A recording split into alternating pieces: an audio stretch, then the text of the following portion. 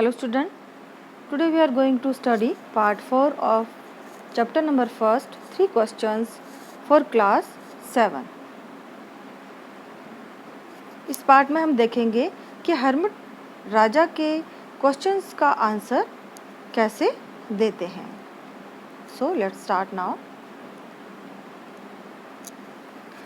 जब राजा जो है हर्मिट को उसके क्वेश्चंस के आंसर एक बार फिर अंतिम बार पूछता है तो हर्मिट जवाब देता है, "You have already been answered," said the hermit, still bending down to the ground and looking up at the king as he stood before him. जब राजा हर्मिट से क्वेश्चन का आंसर पूछता है तो अब हर्मिट जवाब दे रहा है कि तुम्हारे प्रश्नों का तुम्हें उत्तर मिल चुका है. ऐसा हर्मिट जमीन पर झुके हुए ही राजा को देखते हुए जो कि उनके सामने खड़े होते हैं आंसर देता है. How have I been answered? What do you mean? उत्तर कैसे मिला? क्या मतलब है तुम्हारा? कि मुझे उत्तर कैसे मिला? क्या मतलब है तुम्हारा? said the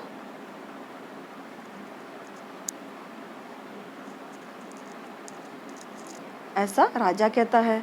do you not see, replied the hermit. अब हर्मिट कह रहा है क्या तुमने नहीं देखा?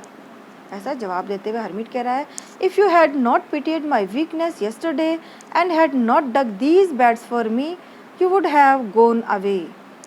अब हर्मिट कह रहा है कि यदि तुमने कल मुझ पर दया नहीं की होती और मेरे लिए ये क्यारियाँ नहीं खोदी होती तो तुम जा चुके होते.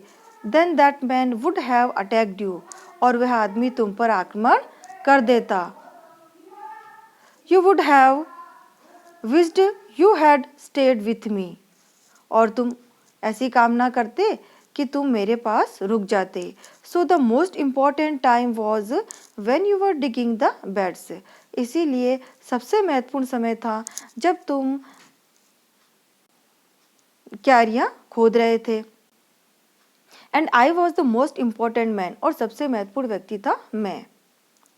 And to do me good was your most important business, और मेरे लिए काम करना तुम्हारा सबसे महत्वपूर्ण काम था. Next, afterwards when the man ran to us the most important time was when you were caring for him.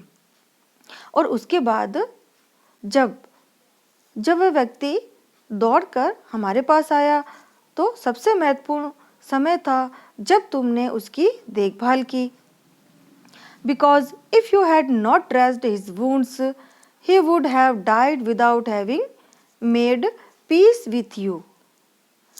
क्योंकि यदि तुम उसकी मरहम पट्टी नहीं करते, उसके घावों की मरहम पट्टी नहीं करते तो वो बिना तुम्हारे साथ दोस्ती किए, बिना मित्रता किए ही वो मर जाता. So he was the most important man. इसीलिए सबसे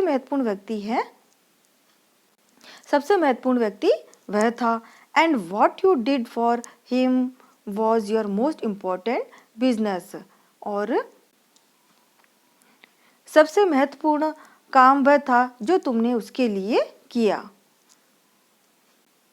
नेक्स्ट, रिमेंबर देन, याद रखो, there is only one time that is important. याद रखो कि केवल एक ही समय महत्वपूर्ण होता है. And that time is now, और वह समय है आज, अब. It is the most important time, यह सबसे महत्वपूर्ण समय है. Because it is the only time, क्योंकि यही केवल वह समय है. We have any power to act, जब हमारे पास कुछ करने की क्षमता होती है, काम करने की ताकत होती है. The most necessary person is the person, और सबसे महत्वपूर्ण व्यक्ति वह व्यक्ति है यू आर विथ, जो कि तुम्हारे साथ होता है. एट अ पर्टिकुलर मोमेंट, किसी विशेष क्षणों में. फॉर नो वन नोज, क्योंकि कोई नहीं जानता. What will happen in the future, कि भविष्य में क्या होगा. एंड वेदर, और या we will meet anyone else, या फिर कि हम किसी और से किससे मिलेंगे। नेक्स्ट है, the most important business is to do that person good because we were sent into this world for that purpose alone. इसलिए सबसे महत्वपूर्ण काम है जो करना है वह उस व्यक्ति के लिए अच्छा करना, उसकी भलाई करना। Because we were sent into the world, क्योंकि हमें भेजा गया है संसार में, फॉर दैट पर्पज अलोन, केवल उस उद्देश्य के लिए। ये आपका लेसन कंप्लीट हो चुका है। तो ये कहानी, ये स्टोरी लिखी गई थी लियो टॉलस्टॉय के द्वारा।